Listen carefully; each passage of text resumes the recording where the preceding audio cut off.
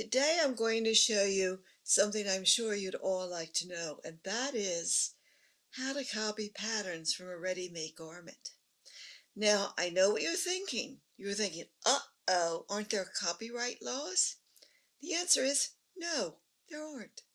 This is the reason why when you go from store to store, you'll see the same items over and over again, because the industry is busily copying. You see, the first company that gets it out on the market often charges the highest price. And when other companies see that that particular item is selling, well, they want to make money too. So they have what's called gophers. Often these are girls just out of fashion school, and they go into the stores and they know, because they're there every day, what has sold. And they take the garments that sell the best out on their charges and into the designing department, and there people like myself take the patterns off. Now, I know you're thinking that the one thing that's very difficult to make is a coat. If you want really good coat patterns, just copy them.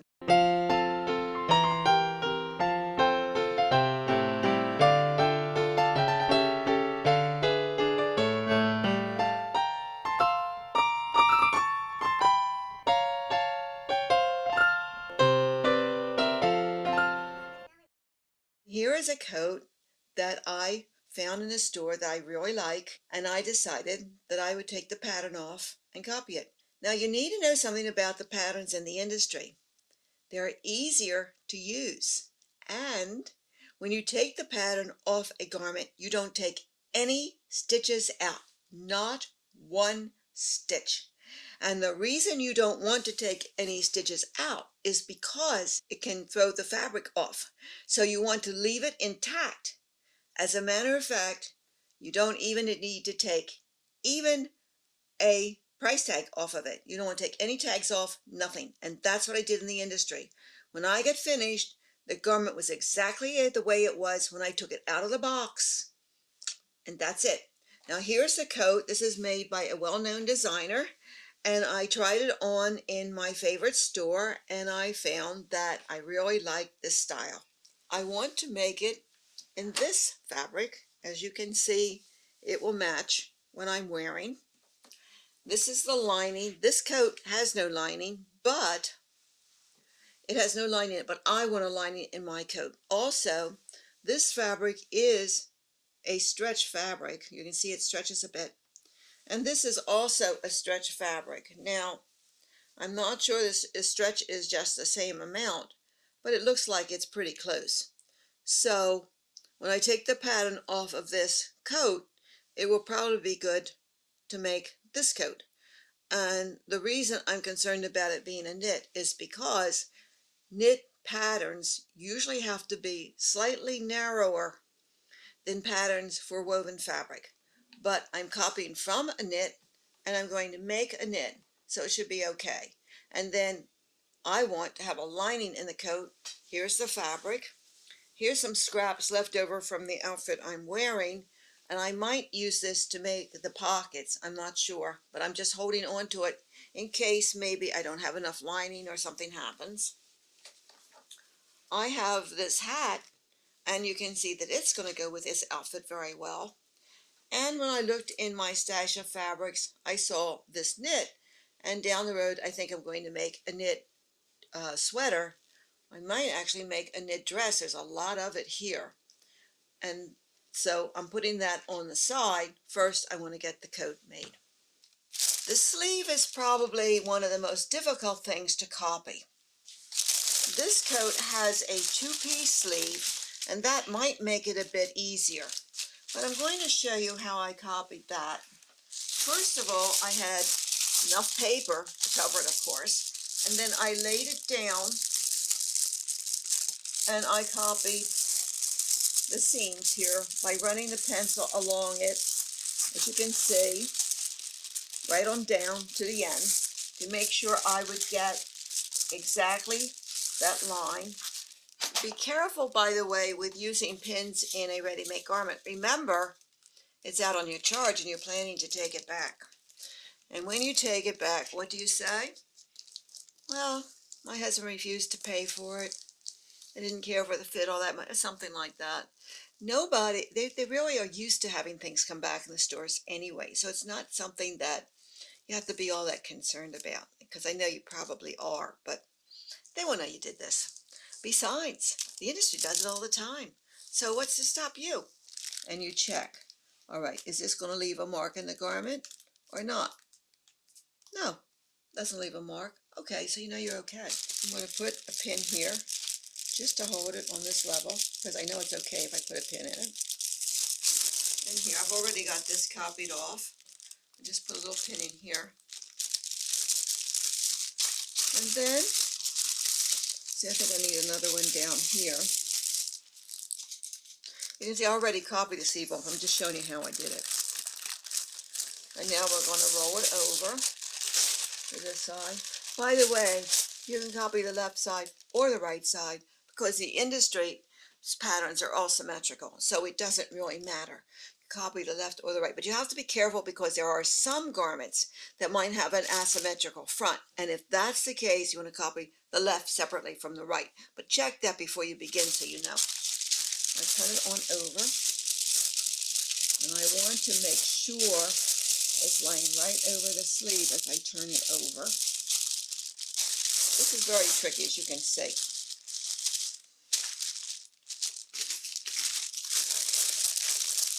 And then make sure it's paper's lying on. And this is coming right down here. Here's the underarm there.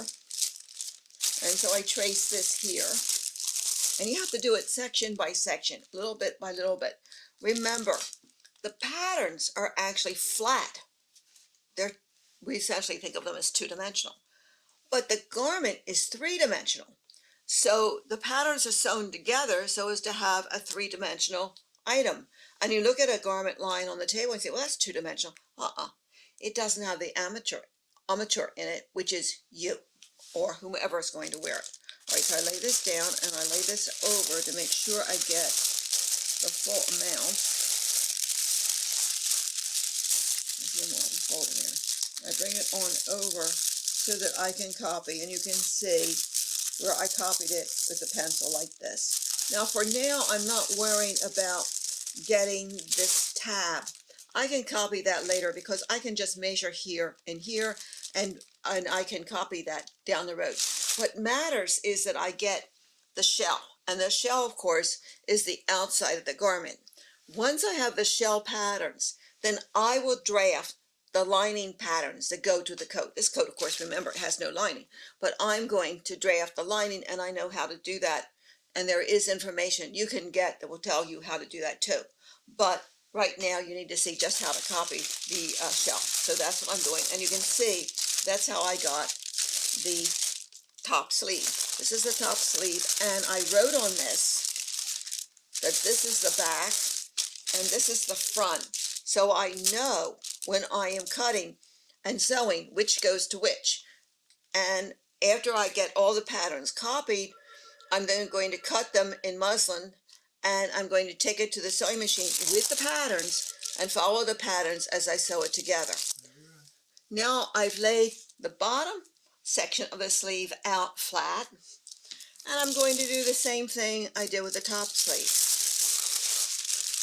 I laid it in, and if you look at this, you can see I've already got the seam allowances on it, but I'm showing you what I did to get this copied. And I trace under the arm like this, and you have to just move it slowly because that way you can get it all. Now remember, I know that you're concerned that if you do this you're going to make a mistake, but you're going to cut a muslin. You're not going to just take these patterns and cut the fashion fabric. You're going to make a muslin. If you've got a problem, you'll find it in the muslin. Also, it's possible that the garment didn't fit you quite as well as you would like. Since you're making a muslin, you can correct the fit in the muslin, and then your patterns will fit you better than the garment that you copied from the store. All right, and here's the other side, and like you can see, it goes right down into the gully, and there's a gully here where the seam is, and that's how I copied this. All right, now, how did I determine where to put the grain lines? Well, you kind of take a guess. All right, so I lay this over like this, like that, and sort of fold this together and fold that. The grain line just a little bit different, but it seems to balance better this way. It's a guess, really. And I used to put grain lines on the patterns when I worked in the industry, and it always seemed to work out all right. It's a little bit of a guess, but here is the sleeve itself, the top sleeve rather. And I'm going to fold this in half and see how this works. You can see where I put the grain line on. And that pretty much balances out. You have to just kind of take a good guess. And that's the way you do it. Once you have traced it off, the next question is, will your seams sew? This is extremely important. You want to check that the seams sew. And that means you take the sewing line, and here we have the top sleeve, and I have added seam allowances here, but when I checked this, I had any seam allowances on. So you lay this against the seam here where it would intersect, and you walk it down, and you can see where I've added notches. Notches are very important. In the industry, the operators in the factories also notch, and so do the sample makers. That is important. The notches at the seams are put in with just a little dash like that. You can see I'm doing this in red so that it shows up in the video. And I always put arrows like this because sometimes the cutters in the factory wouldn't cut the notches, and if they didn't do it, it really messed up the factory when the garment was going down the line. And if I found they didn't do it, I got very, very upset about it because it was so important. These little notches, when you cut the notches in your garment, you don't cut those V's out or you cut V's in like you see in the home sewing patterns. You just make a little snip, no deeper than 1/8 of an inch. That's 1/8 of an inch just snipped into the seam allowance. That's what you want to do. The only time you would use a V-notch would be if, say, this notch didn't line up with the one underneath. Then you would put, I'm going to do one right here is the cutting line, and here is the sewing line. That's a 1/2 inch sewing line. Okay, so 1/2 inch seam allowance here. Always put notations on this. And if you have a notch here, say, and that's in the wrong spot, then to correct it, you would put a V-notch. And that would tell you this notch is wrong. This is the one you want to use, the little V-notch. That's a correction. Also, if you have a cap sleeve, all right, at the top of the sleeve, you might want to put a V-notch. That would tell you that's the top of the sleeve. All right, and here would be your other notches. One might be here, one might be here, and then one might be, let's say this is a back, would have 2 notches here. Okay, but the V-notch, when you saw the V-notch, you would say, okay, that's the top of the sleeve. And you would also want to put a V-notch. Well, if there's a seam going there, it would be the V-notch, which is simply sew to the seam. You don't need to notch a seam. I mean, the notch just says, so this sews to the seam. So, but if you had a yoke, let's say you had a yoke coming here like this, you would, in the garment, you would also want a V-notch there. Of course, it would be in the seam allowance. It wouldn't be in the, past the sewing line. So I think you'll get that, right? I can't emphasize enough how important it is to make sure all your seams sew. Now, one thing you need to know about your sewing machine is this. When you're sewing, your presser foot goes up and down like this, okay? The feed dog goes like this, right? So what happens is, if you don't have control over your seams as you're sewing them, the bottom ply will go faster than the top ply because the feed dog is pushing it faster. This is of use in some situations. For instance, where you're sewing a sleeve cap that has more ease than the armhole, and you're sewing the sleeve cap into the armhole, there you want to put the sleeve cap on the bottom and allow the feed dog to take in that extra ease so that when you're done, the seam is sewn edge to edge and you finish with everything together. But most seams are not set up that way.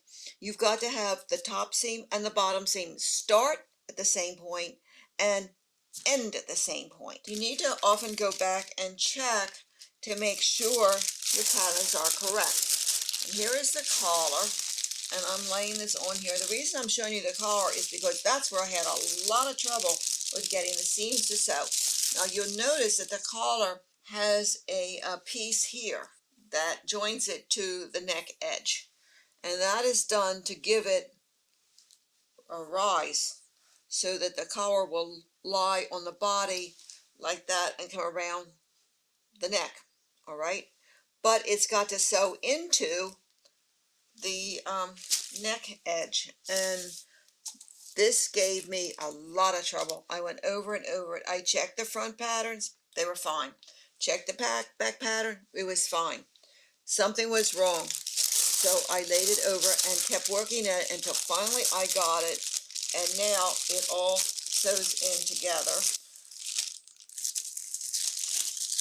This was really tricky to get. This was the hardest part of copying this coat. Okay, and this comes around and around, and you'll see the notch meets. See that? That's important. And around, and around, and around, and around, and it meets. It's got a little bit of ease in it. It's like an 1/8 of an inch ease, but that won't matter. That'll sew right in. All right, and so I know I've got it right. Now, it's very important when you make collar patterns that they are exactly symmetrical. And you can see there, you see it's been I'm laying the one over the other, and I have it exact.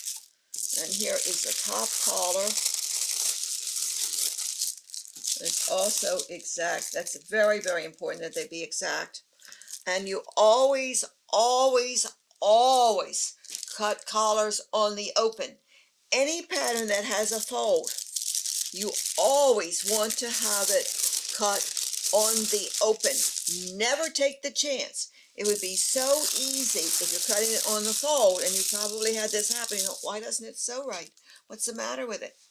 You cut it on the fold. You see, here's the straight grain line.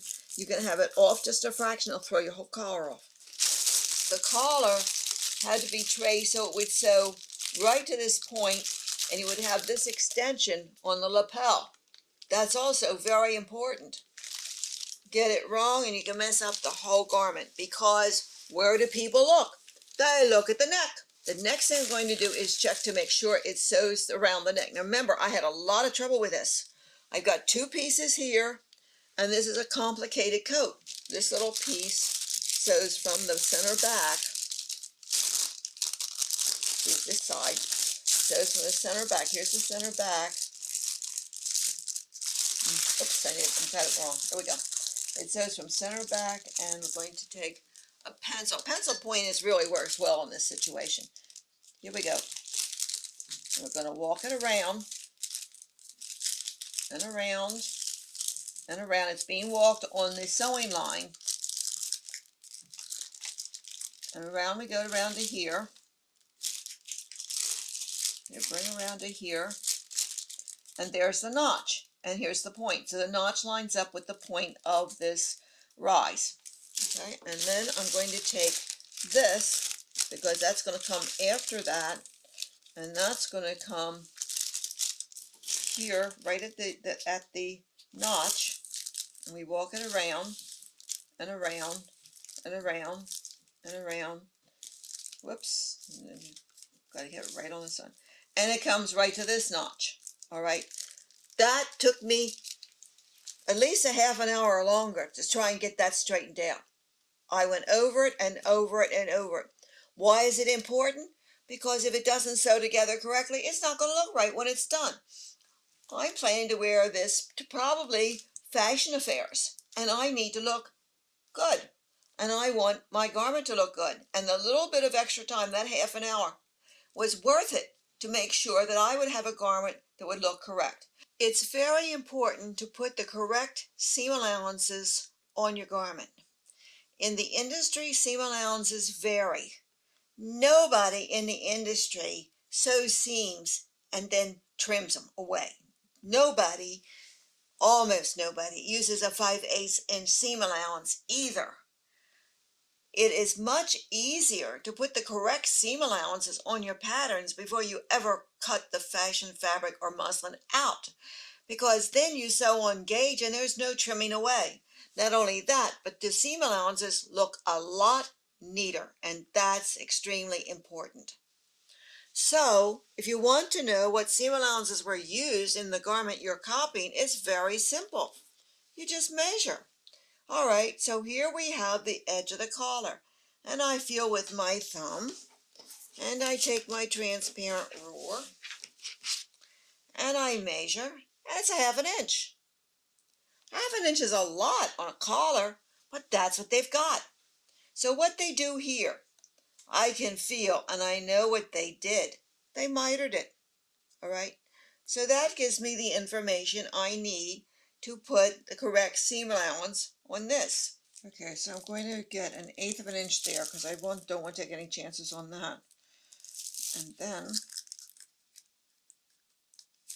cut here and here. And that will be where you would cut.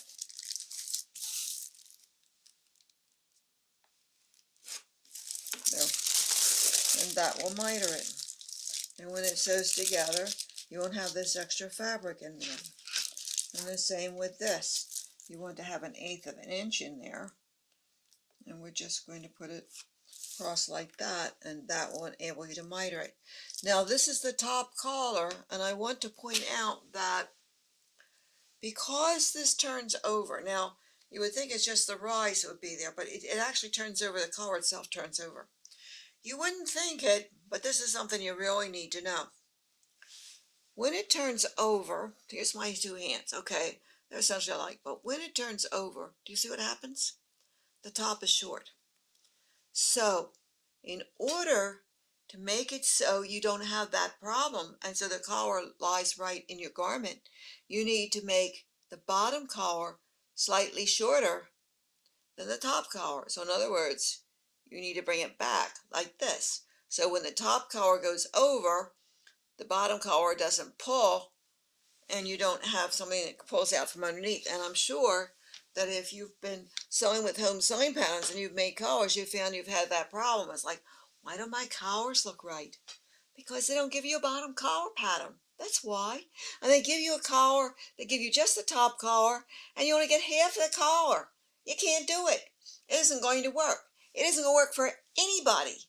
If you think it's you and somehow you don't have the talent, the instructions are terrible and the patterns are terrible. So I'm going to show you what to do. We have the top collar. Here's the bottom collar. This is going to be the bottom collar, all right? And the first thing I'm going to do is make a straight grain line on it. I'm going to put a dot right there. And I'm going to turn it over. And I'm going to put a dot right there. I'm just tracing the original dot. Trace this fold because I hate to tell you, but folds tend to realign themselves sometimes, so you need to know right where the fold is. I find I have one line over top of the other, okay? So that's the beginning. Now the next thing is take the top collar, and I'm only going to trace off one side because I can turn it over and then trace the other side. So I'm lay this right on flat right on here, so it's exactly the same. And I only need to trace the cutting line.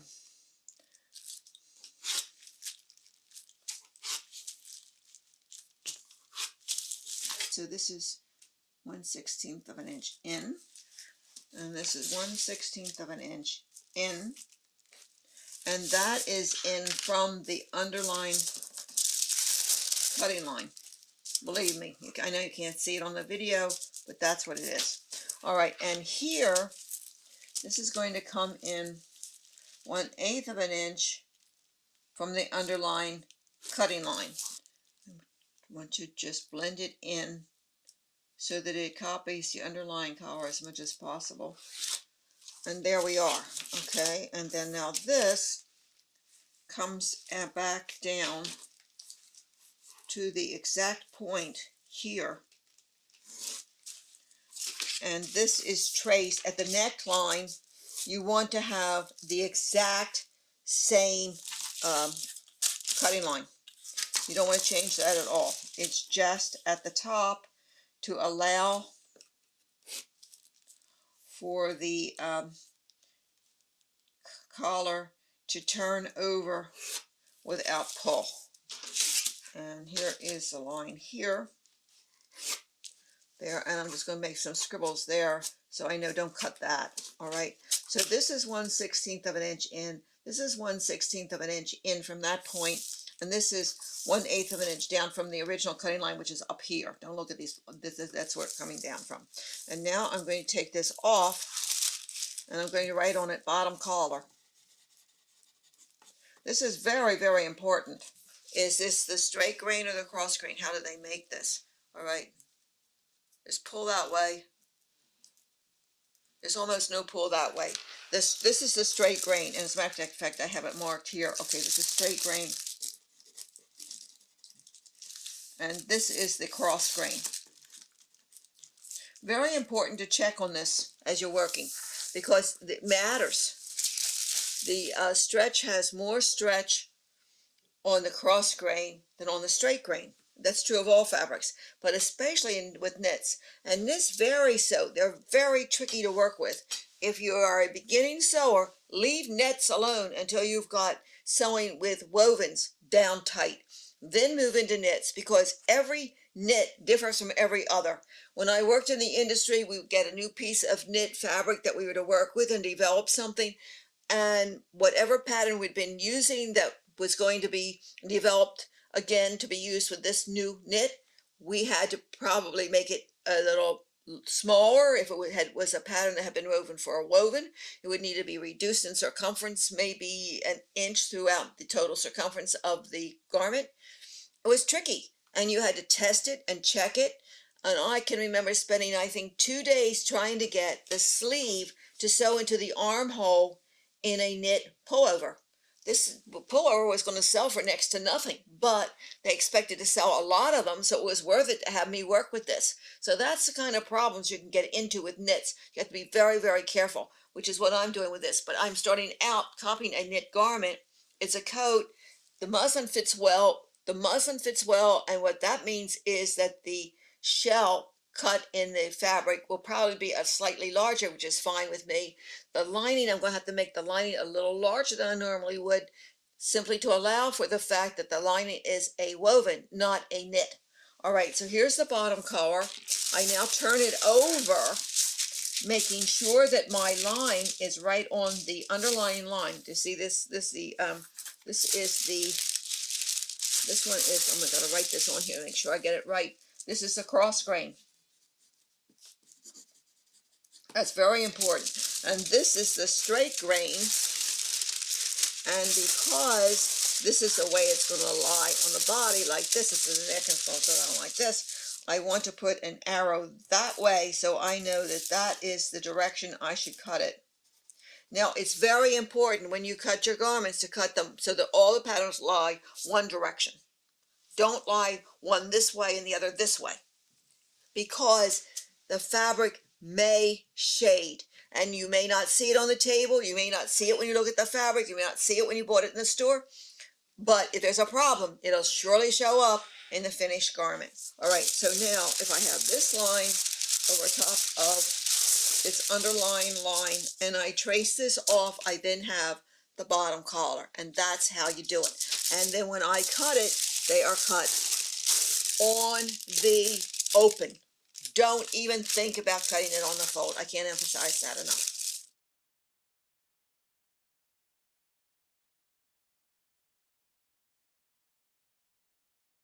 In the category of Informational Talk Show Series Independent Producer, the hometown goes to Laurel Hoffman and Andrew Hoffman from Contemporary Fashion Education Incorporated for the project titled Creating Fashion with Laurel. And when I make clothes, I just take patterns that already fit me, and I often adjust them a little this way or that way so they look a little different. So here's my yardages, so that when I'm in the store, I know how much to buy. And this column is for 45-inch wide, and this is for 60-inch wide.